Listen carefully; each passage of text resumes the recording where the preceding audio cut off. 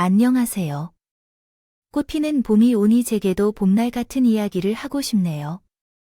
혹시 이 글을 듣고 지루할지도 모르겠습니다. 저는 이혼인 제게 있어 두 아이를 키우고 있어요. 바쁘고 복잡한 일상을 보내고 있지만 그럼에도 불구하고 매일매일이 감사하고 행복한 것 같아요. 최근에는 제 마음을 앓게 했던 일로 인해 마음이 무거워졌었는데요. 그렇지만 제 마음을 든든하게 해줄 수 있는 이야기를 하고 싶어졌어요. 제 남편과 저는 IT 기업에서 함께 일하다가 만나 커플이 되었고 결혼을 했습니다. 저는 도시에서 태어나 자랐는데 반면에 남편은 강원도 평창 출신이에요. 그래서 그것이 저와의 만남에 어울리지 않는 것 같지만 정작 그의 솔직하고 강인한 성격이 저를 빠르게 사로잡았어요. 부모님 아래서 농사짓는 환경에서 자라난 남편은 겸손하게 자랐기 때문인지 그러면서도 강한 지킴이 같은 느낌을 주네요. 그는 검소했습니다. 어린 시절부터 흔한 과외나 학원에 가지 않고 혼자 독학으로 열심히 공부하여 연세대에 입학했습니다. 아마도 첫 연애 상대는 그런 남편이었을 것입니다. 지방에서 온 그는 높은 물가와 등록금을 마련하기 위해 여가 시간에 열심히 아르바이트를 해야 했다고 합니다. 연애하는 시간은 사치였다며 자신의 성실함 또는 압력 때문에 좋은 결과를 얻은 것 같습니다. 스펙을 쌓고 교수들에게 인정받으며 여러 곳에서 스카우트 제안을 받은 것으로 생각됩니다. 어쨌든 꼭 또래 친구들보다 성실했을 것입니다. 열심히 일해서 잘 살 수 있게 되었나요? 대한민국에서 최고로 평가되는 IT 기업에 들어갈 수 있었고, 저 또한 그 회사에 입사하면서 남편을 만나게 되었습니다. 처음 만난 인상을 떠올리면 완전히 다른 스타일을 가졌지만 여자들이 별로 좋아하지 않았던 것 같아요. 외모와 능력은 별개라는 점을 미리 알려드리고 싶네요. 어느 업무에나 항상 깨어있는 사람이었고 회사에서 인정받는 능력자였기에 남편의 존경을 받았어요. 다양한 보너스와 성과금 등을 받으며 성장과 발전하는 모습을 많이 보여줘서 좋았어요. 성실함의 본보기라고 할까요? 제 업무와 자주 겹치는 부분이 있었던 그 사람은 팀장이라는 직함을 자랑하는 대신에 적극적으로 다가와 주었어요. 했습니다. 그전에는 전혀 그런 티도 안 냈는데 본인이 능력이 좀 된다고 느껴져나 봐요. 아주 적극적으로 다가와 솔직히 얼떨떨하기도 했고요. 몇 번 만나보니 딱히 문제가 없어 보이고 또 평소 쌓아놓은 남편의 이미지가 좋아 연애를 시작하게 되었죠. 우리는 2년의 연애를 하고 양가 부모님께 허락을 받아 결혼에 이르렀습니다.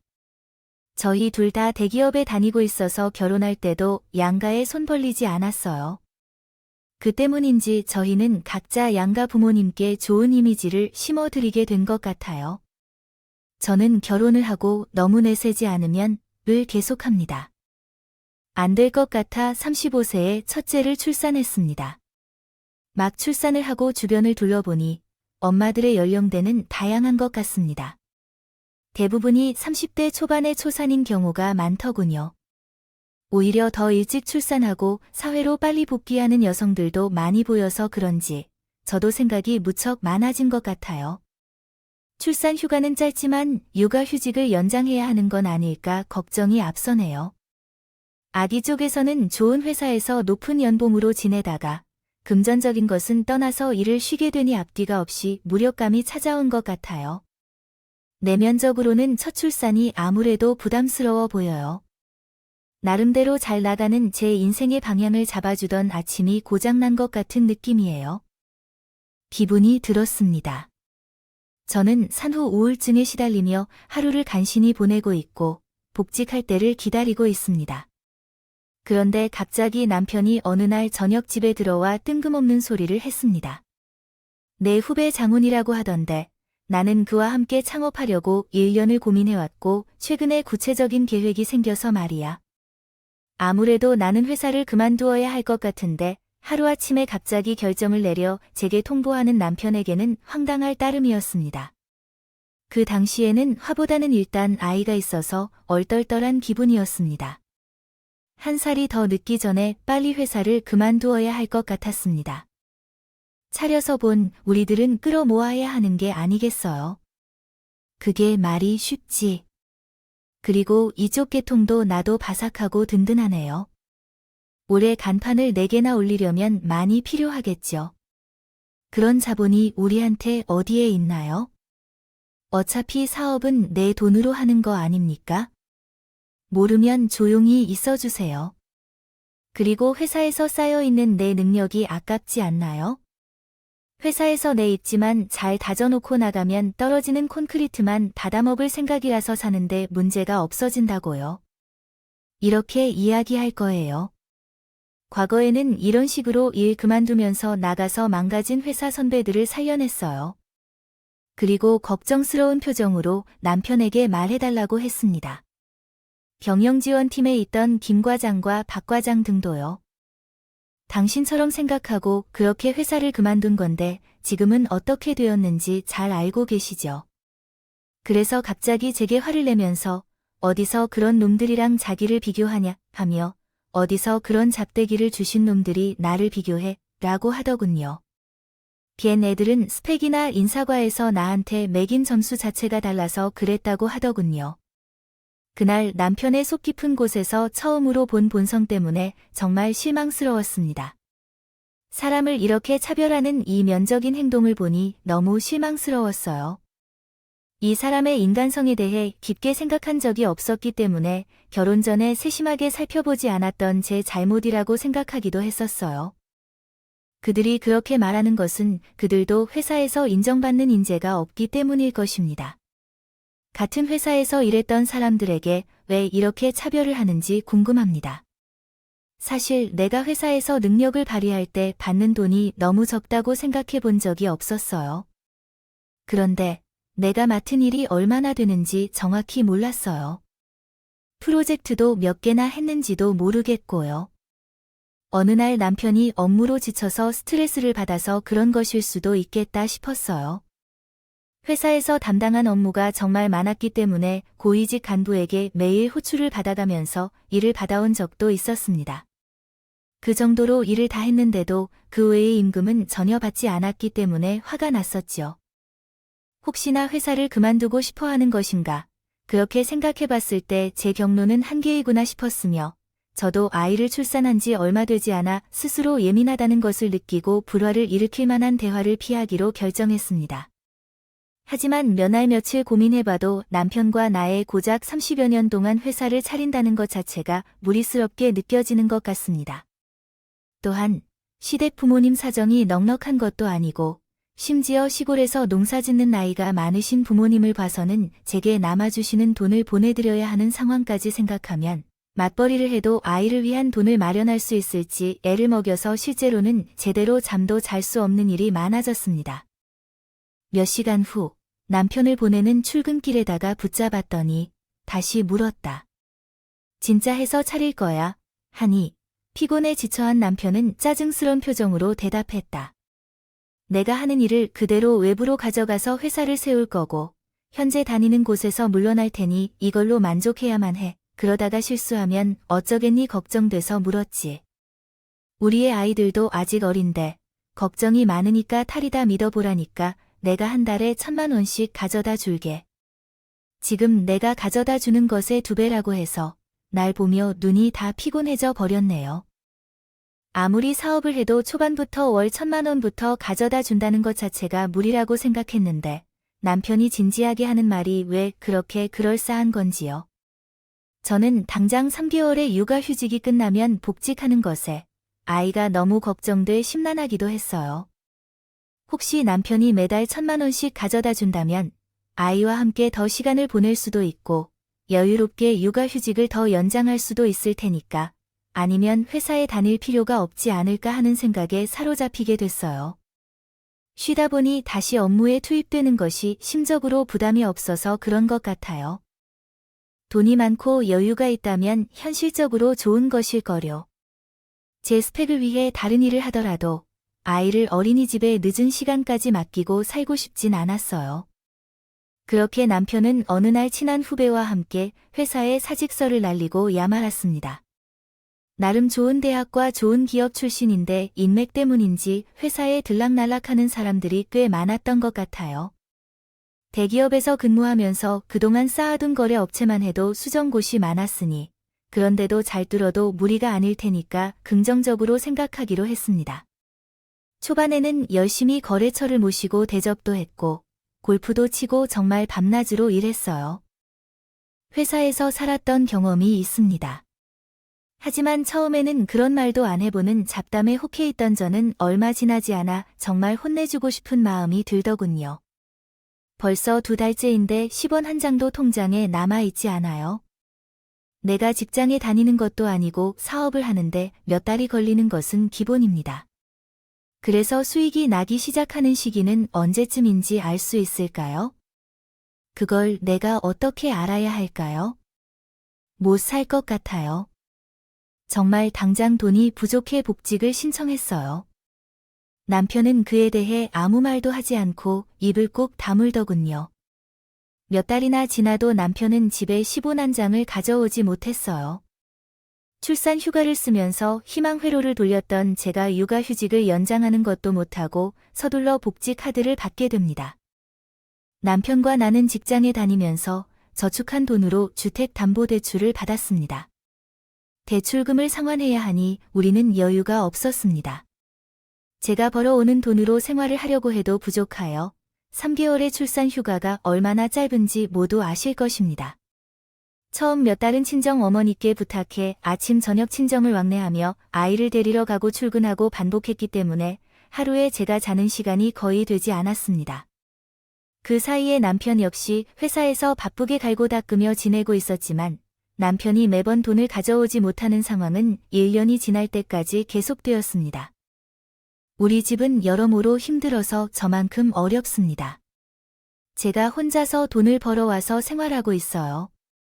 경제적으로 매우 어려웠어요. 대출 상환을 하고 친정 부모님에게 드리는 돈과 시댁에 들어가는 비용도 내야 하는데 결국 남편의 회사 동료들에게 급여를 주어야 해서 마이너스 통장에서 매달 나가는 이자는 더 커졌어요. 1년 동안 돈을 벌어도 아무것도 남지 않아서 결국 생활비를 충당하기 위해 계속 대출을 받아야 할 정도까지 왔습니다. 아이가 어린 시절에 아플 때마다 회사에서 눈치를 보게 되는 일도 당연히 있었어요. 남편은 그 사실을 알고 있음에도 불구하고 육아하는 동안 한 번도 그에게 주지 않았습니다. 물론 그 사람의 사업이 얼마나 어려운지 알아요. 하지만 처음부터 그에 대한 생각이 다르게 현실감이 부족한 것 같아요. 1년 동안 돈이 얼마나 줄었는지 처음 겪어보는 일이었습니다. 어느 날 가계부를 정리해보니 모르는 사이에 돈이 자동으로 빠져나가는 것을 발견했어요. 남편이 회사 문제 때문에 신용카드를 여러 개 열어서 사용하고 있는 것을 알게 되었어요. 당장 한 달 동안 어떻게 10,000원도 없이 신용카드로만 생활할 수 있을까요? 풍경에서 영구히 기억될 순간 정말 말이 막히고 황당한 것입니다. 그뿐만이 아니라요. 아이가 일정 정도 커서 어린이집에 적응할 때쯤 저는 이른 아침에 출근하고 바쁘게 퇴근 시간에 아이를 데리러 어린이집에 가는 일상으로 익숙해졌어요. 그러나 어린이집에 아이를 데리러 가면 항상 6시에서 7시 사이 어떨지요. 그때마다 올 아이만 혼자 남아있는 것이 너무 마음이 아프고 참을 수 없습니다. 어느 날은 아이를 데리고 집에 들어왔더니 남편이 이미 파자마를 입은 채 편안한 자세로 거실에서 TV를 보고 있을 게 분명해요. 언제 들어왔어? 이제 오는 거야? 아, 오늘 일이 좀 시끄럽겠네요.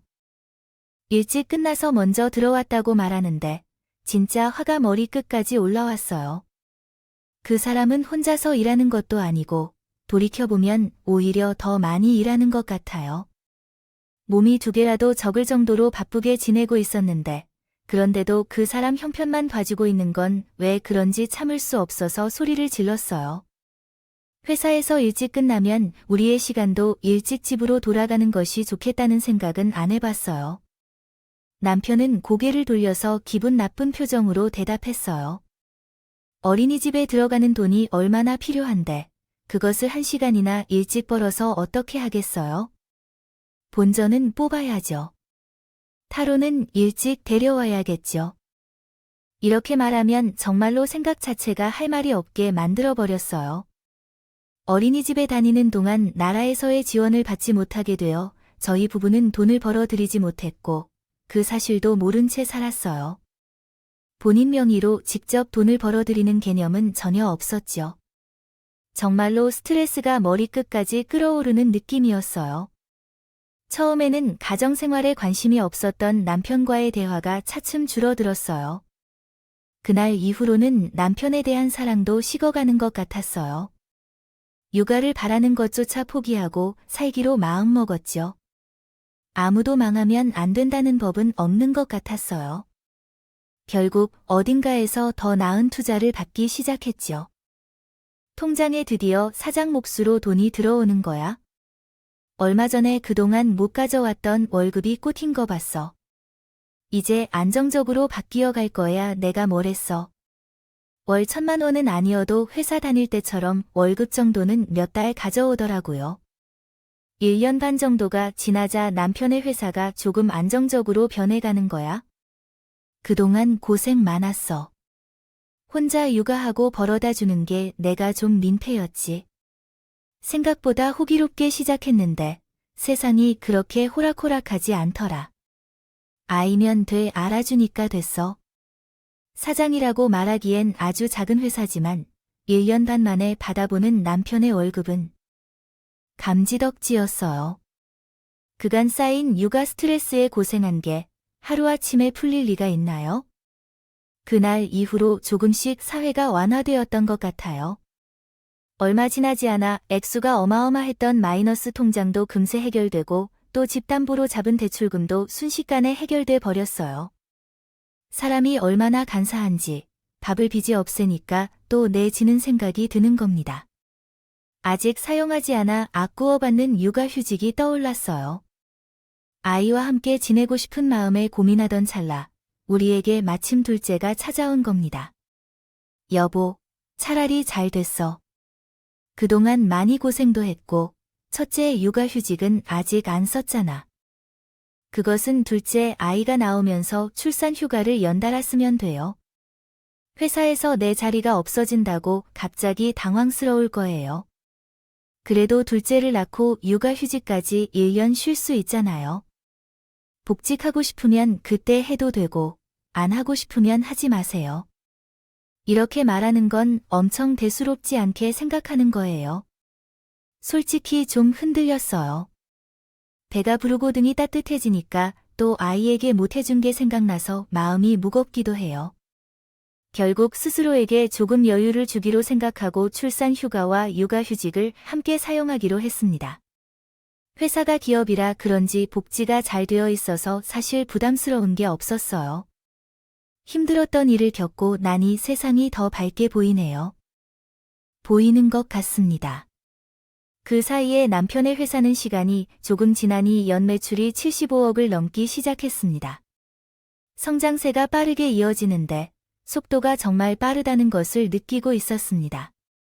직원들도 점차 늘어나면서 이제는 정말 사장님다운 모습이 보이는 것 같았습니다.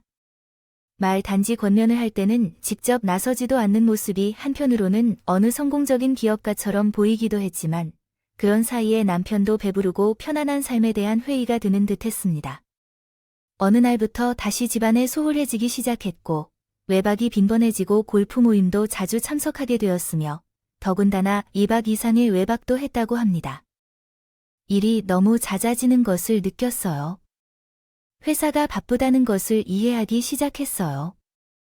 그래서 이상한 느낌이었습니다. 저도 여자로서 직감이 있잖아요. 그 사람이 듣거나 외박을 할 때 이상한 기분에 휩싸일 때가 많았어요.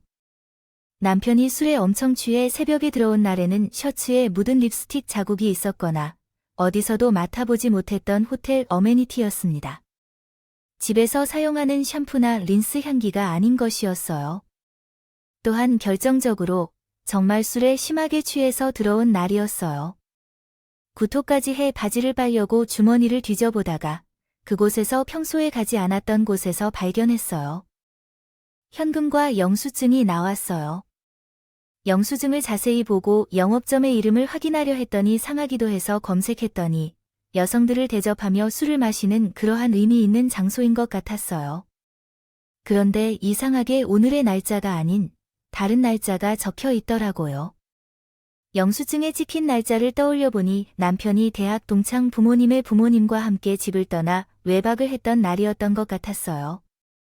저는 다음 날 아침 일어나서 남편이 속이 쓰려하며 물었습니다. 이게 뭔데?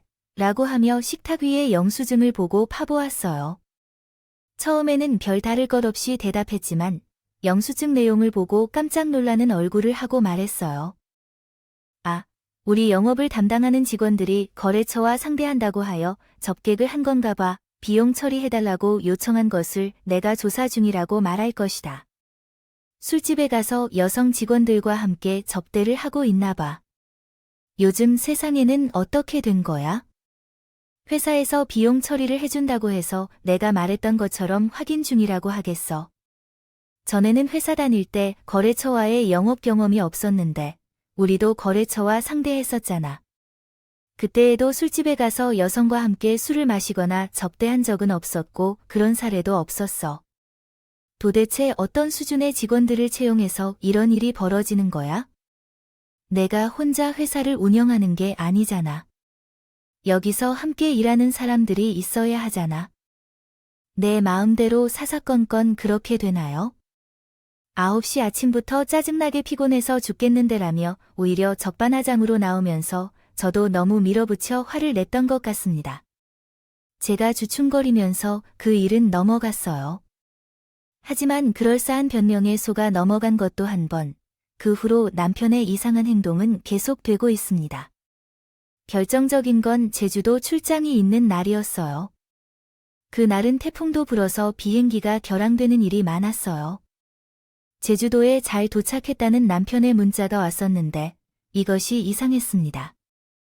뉴스에서는 연일 비행기 결항에 대한 보도가 계속되고 있습니다. 그러나 남편이 잘 도착했다기에 제법 그런가 봅니다. 그날 밤 태풍이 몰려와서 소란이 났을 때 아이들은 울며 아빠를 찾았습니다. 저는 아이들을 달래면서 이른 시간이 아니었기 때문에 남편에게 평소처럼 영상통화를 걸었습니다. 남편은 항상 영상통화를 받아주던 사람인데 이번에는 받지 않았습니다. 10번 시도해도 항상 의도적으로 전화를 끊는 것 같았습니다. 결국 그날 영상통화는 성공하지 못했고 제 의심은 더욱 깊어졌습니다. 제주도에 다녀온 남편은 구걸 같은 변명만을 하고 있었지만 요즘은 자주 제코 컷을 하는 것 같습니다. 이상하게 맴도는 낯선 세탁 세제 냄새가 신경에 거슬립니다. 주부들은 아마 잘 아실 것입니다. 집에서 사용하는 세제가 아니면 분명히 구분이 가잖아요. 결정적으로 그 사람의 일을 핑계로 일주일 연달아 외박을 하며 연락이 잘 되지 않았던 나를 기점으로 흥신소 의뢰를 하게 되었습니다. 그리고 제가 처음부터 의심했던 것은 고작 빙산의 일각이었다는 것을 알게 되었습니다. 남편은 주기적으로 한 아파트를 들락들고 있었습니다. 그것도 매일 가지 드나드는 모습이 마치 한 가정의 가장의 모습과 비슷했더군요. 저는 곧장 그 아파트의 등기부등본을 떼어보았어요. 낯선 여자 이름으로 되어 있는 것을 알게 되었습니다. 집이었습니다. 일단 바람을 피우는 건 확인을 하게 되었고 저는 흥신소에서 받은 자료를 토대로 남편의 휴대폰을 되지기로 마음먹게 되었지만 언제부터인지 비밀번호로 설정해 두었던 휴대전화가 지문인식으로 바뀌어 있더군요. 제가 비밀번호를 알고 있기에 시도해보니 비밀번호도 바뀌어 있는 것을 알 수 있었어요. 그래서 때를 기다리기로 마음먹었죠. 어느새 벼슬에 떡이 되어 들어온 남편이 인사불성이 되어 침대에 눕기에 손가락을 가져다 같이 문 확인을 하니 아주 손쉽게 풀리는 것입니다. 그 안에서 발견한 내용들은 정말로 적나라하고 가관이 아니었고 심지어 여자와 동거를 하고 있었던 것을 발견했습니다. 매일 주고받은 카톡에는 음담패설이 가득 담겨 있고 그쪽이 마치 진짜 부인 것처럼 제 남편 퇴근 시간까지 챙겨가는 그 여자가 누군지 궁금해졌어요. 그러다가 대화 내용에서 이상한 점을 발견하게 되었어요. 그 여자가 생각보다 남편의 회사에 대해 실무적인 일들을 너무 많이 알고 있다는 점에서 말이죠. 저는 그 여자의 이름을 토대로 신상을 조사해보니 그 등기부 등본에 있던 이름이 없고 그 사람이 새살림을 차린 건 바로 회사 여직원이었답니다. 심지어 남편보다 12살이나 어린 여자였어요. 더 경악스러운 사실은 그야 저희에게 그럴 만큼의 현금은 보유하고 있었다는 것이었습니다. 제가 확신하는 건 회사 공금으로부터 상 관련 아파트까지 사준 남자가 실제로 그런 일을 했다는 것입니다. 정말 이 세상에 존재하는 쓰레기 같은 인간이라는 사실이 제게는 분명했어요. 처음에는 모르고 있었는지도 몰라요. 그런데 얼마 전 제 생일날 아침에 끓인 미역국에서도 실제로 눈치를 채지 못했습니다. 그런데 어느 날 첫째 아이가 아빠, 오늘은 엄마 생일이에요 라고 말하자 그때부터 갑자기 마치 아무 일도 없는 것처럼 지갑을 뒤적이기 시작했어요. 그리고 그 중에서 10,000원짜리 한 장을 달랑 꺼내며 엄마랑 이걸로 맛있는 거 사 먹자고 하더라고요. 될 일이라고 하면서 회사로 출근한 남편은 저였어요. 그날 밤을 꼴딱 3시까지 버렸죠. 아이들을 평소보다 늦게 유치원과 어린이집에 데려다주고 남편을 불러 깨웠습니다. 할 얘기 있어 일어나봐 라고 말하자 남편은 나의 목소리가 심상치 않았는지 깨어나 민기적거리며 앉았어요. 이것들 다 뭐야? 하며 휴대전화를 남편 앞에 내려놓는데 남편은 당황하여 용서를 빌 줄 알았는데 재차 논란을 일으키며 까기 시작했어요. 남편은 굉장히 뻔뻔한 표정으로 하품을 하다가 말했습니다. 어쩐지 이상하게 요즘 부쩍 의심해. 만약 울더라 혼자 똑똑한 척을 하는데 이상하게 늦게 온다고 했더니 발견하려 했던 거야. 언젠가 네가 내 휴대폰 뒤로 접은 줄을 알고 있었어. 지금 말이 되는 소리야. 생각해봐야 해. 이건 모두 일부러 남겨두었지. 너를 위해 언젠가 볼 걸 알고 그렇지 않았다면 더 복잡하게 작성했을 텐데 됐고 이제야 자료는 내가 충분히 챙겨줄게. 양육권도 내가 갖고 싶으면 갖고 가고 싶어 하는 걸 뭐라고? 황당하게 내게만 바라보며 있는 글을 남겨두고 당당하게 자리를 잃어서 샤워를 하러 들어갔어. 그리고 혼자 아침까지 여유롭게 밥도 먹고 출근하고 있어. 남편은 그 후로 집에 들어온 적이 없어. 안 왔어요. 심지어 아이들의 연락도 피하고 아빠를 찾아 오는 애들이 음성 사서함을 남겨도 연락 한 번도 해오지 않더군요. 아주 당당하게 말이죠. 아주 쓰레기 같은 놈이 되었습니다. 하지만 남의 눈에 피눈물을 흘리게 하면 자신의 눈에도 피눈물이 나게 된다는 것을 알아야겠죠. 제가 둘째를 낳고 육아휴직을 통해 출산과 육아를 하고 있는데 그런 경우로 받아서 놀고 있으니 바보나 멍청이로 보일지도 모릅니다. 저 또한 남편 못지않게 좋은 대학을 나왔고 심지어 남편을 대기업에서 만난 사람입니다. 만약 제가 제대로 존경받지 못한다면 남편을 아주 둔하게 여겨진다면 그럴 때는 그 코를 제대로 붓고 해주기로 결심하였어요. 저는 예상보다 빨리 회사에 갔습니다. 제가 복귀할 걸 알렸더니 회사에서는 오히려 반기해 주었어요. 물론 현재 계약직으로 배타 앉아있는 상황인데 직원이 능력 부족으로 서둘러 일을 요청했으면 좋겠다며 말했어요. 그때는 하늘이 한 번 더 온다고 생각했습니다. 회사에 복귀하자마자 업계에서만 알려진 임명 사이트에 관련된 이야기를 널리 퍼뜨리기로 결심했습니다. 그 회사의 사장과 여직원 사이의 불륜, 그리고 그 여직원의 명의로 등록된 아파트에 대한 내용도 포함되었죠. 게시글이 급속히 조회수를 올리며 업계와 관련된 거래까지 논란을 일으켰습니다. 이 사건은 제가 예상한 것보다 훨씬 커져 모두가 제 남편과 관련 여심까지 밝혀내며 날뛰더군요. 저는 신호탄만 쏘아 올리면 사람들이 스스로 움직이는 그러한 생태계에 대해 매우 잘 알고 있었어요. 이 작은 산업에서 이야기 속 주인공들의 정체를 알지 못하는 사람들은 간접으로 식상하게까지 되팔리고 말았어요. 남편은 이 일이 제 손에서 벌어졌음에도 전혀 모른 척했어요. 제 자리에 가만히 있으면 정말 가만히 있는 것처럼 보여. 이런 상황 속에서 저는 서둘러 이혼 소송을 진행하게 되었고 제 이미지나 사람들의 시선 때문인지 모르겠지만 이혼을 조용히 처리하고 싶어요. 대부분의 요구사항도 원하는 대로 들어주었죠. 양육비, 높은 위자료, 그리고 현재 어디에서 살 것인지도요. 아마도 제 생각에는 그 이후에 그 여자 이름으로 사돈 아파트에 들어가 새 살림을 차리려고 했던 것 같아요. 그리고 얼마나 지났을까? 거래처에서 이상한 얘기가 들려옵니다.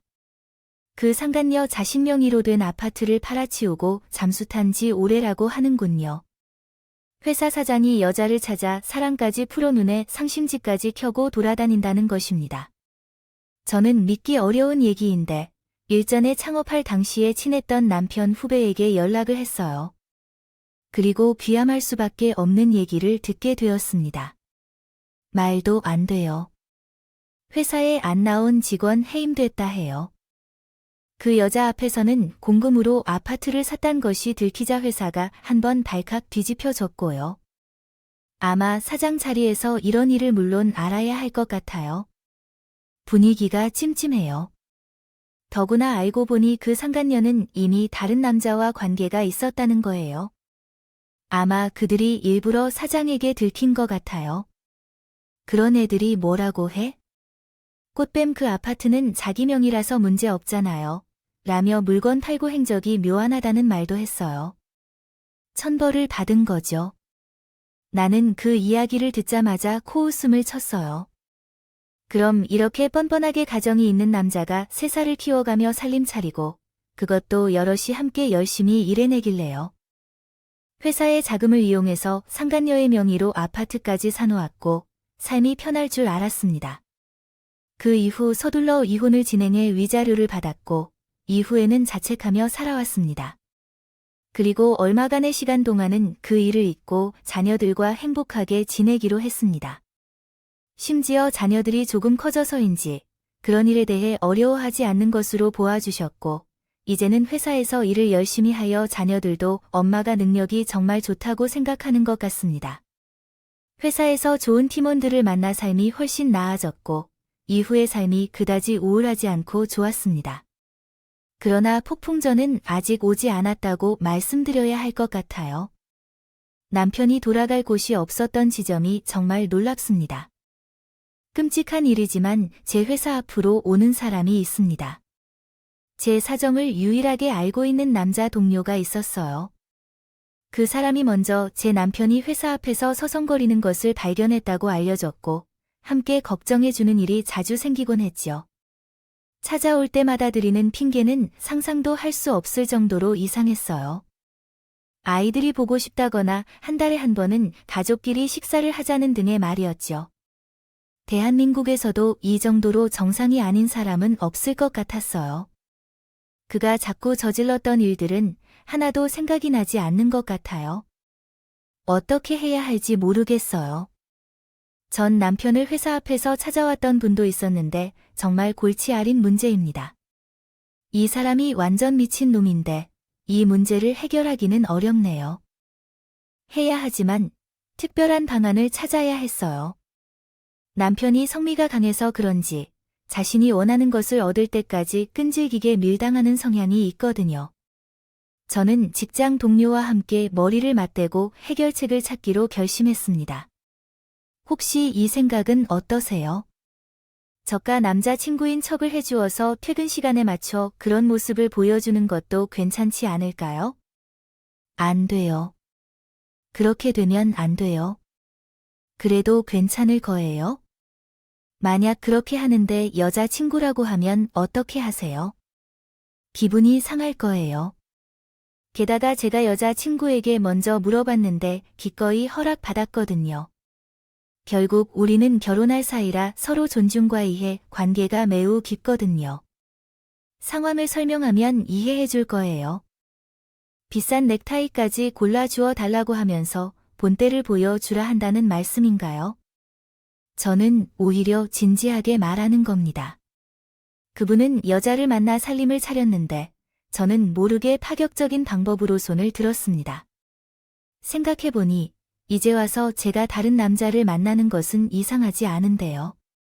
그래서 제가 결심을 굳게 하고 남편이 다시 회사 앞으로 찾아오는 날을 기다렸습니다. 하지만 전화를 계속 무시한 뒤 결국 또 다시 4번이나 찾아와서 퇴근 시간에 무작정 기다리는 남편을 발견한 직장 동료가 알려주었습니다. 그래서 그분과 함께 회사 앞으로 퇴근하는 척하여 팔짱을 끼고 나갔습니다. 멀리서 우리를 발견한 모습이 느껴졌습니다. 그 얼굴은 처음 보는 것 같았어요. 우리 두 사람 앞으로 달려온 남편이 눈이 돌아가는 게 아니겠죠? 아니야. 이게 뭐야? 너 지금 남자 만나는 거야? 이거, 제 정신이 아니구만. 누구라고 동기가 일부러 태어난 척 남자친구 행세를 하며 책에 물었고, 저는 이 사람 전에 말했던 내 전 남편이라고 대답했습니다. 할 말이셔도 이렇게 찾아오는 건 좀 아닌 거 아니에요? 안 그래도 이 사람이 그쪽 연락 피하는 것 같은데, 이후 하고 나서 이렇게 찾아오는 경우는 뭐예요? 라고 말하며 그 동기는 제 전 남편을 위아래로 아주 기분 나쁘게 훌훌 떨어졌어요. 그러자 남편이 고래고래 소리를 지르며 제게 사패질을 하더군요. 야, 너희 온 지 2달도 안 됐는데 이미 남자를 만났어. 어떻게 이혼한 지 2달 만에 남자를 만나 애들 앞에서 부끄럽지 않냐? 애들은 내가 남자를 만나는 걸 알아, 라고 바락바락 소리를 지르는 거예요. 눈이 돌아가서 정신도 아닌 것 같았어요. 하긴 하루아침에 조강지처를 잃고 상간녀를 만나 재산 잃고 회사까지 잃어버린 상황에 눈앞에 들어오는 게 있을까 싶었습니다. 본인이 한 짓이 공공 빠먹었는지 아니면 내가 한 건 제대로 뒤통수를 맞은 바람이 아니라고 생각해보죠. 정말 이해할 수 없는 일들이야. 지가 하면 로맨스고 남이 하면 불륜이라니. 전 남편이 귀책 사유로 이용해서 나를 마치 주인처럼 대해. 그날 회사에서는 얼굴부터 팔리고 쪽팔린 상황까지 겪었어. 소문은 알지도 못한데 그런 일을 어떻게 이해하고 감당할 수 있을까? 내가 그 일로 꽤나 힘들었고 다행히도 남편이 그 귀책 사유 때문이라고 해서 다들 어느 정도 이해해 준 것 같아. 아이들이 사패질을 하며 운운하는데 그것만으로도 너무 화가 나. 그래도 가만히 있을 순 없었어. 이대로 계속 당하기에는 참을 수 없었어. 바람 피울 당시에 모아둔 자료가 있다면 어서 나와야 해. 프린트를 하나 꺼내 잔뜩 했습니다. 그것은 상간녀와 찍은 셀카였어요. 아마도 그날 제게 거짓말을 하고 제주도 여행을 했던 그때였지요. 뒤에는 에메랄드빛 바다가 넘실거리는 와중에 상간녀와 제 남편은 앞날도 모르고 둘이 끌어안고 사진을 찍은 순간이었어요. 저는 동이 트지 않은 채 남편의 회사로 들어가는 길마다 벽과 같은 빼놓지 않고 박아 붙였습니다. 회사에서 남편에 대한 소문을 제대로 모르는 사람들까지 결국 그날 일을 다 알게 됐어요. 한참 동안 소란이 일어났던 것 같았어요. 익명의 사이트에 또 그 사장의 막장 불륜 사건이 공개되며 사자됐습니다. 그러면서 수면 위로 떠오른 것은 그 상간녀가 또 회사의 공금을 도둑질했다는 사실이 드러났다는 거죠. 그 이야기가 나오자 조회수가 엄청나게 늘었습니다. 개인으로서 나의 이야기가 어떻게든 신문 기사로 나올 것 같았고 그만큼 인기 있는 존재로 여겨질 것이라고 생각했습니다. 그 일 이후 남편은 이유 없이 회사에 찾아와 의존적인 행동을 그만뒀습니다. 몇 년이 지난 후 남편의 회사가 매우 어려워져 결국 망했습니다. 그렇게 스트레스 받은 상태로 업무를 하다 보니 맡은 모든 프로젝트가 실패로 끝나는 것이 어쩌면 당연한 결과라고 생각했습니다. 회사를 살리겠다며 자신의 명의로 돈을 인출하고 마이너스 통장을 만들며 처절하게 노력했지만 결국은 실패했습니다.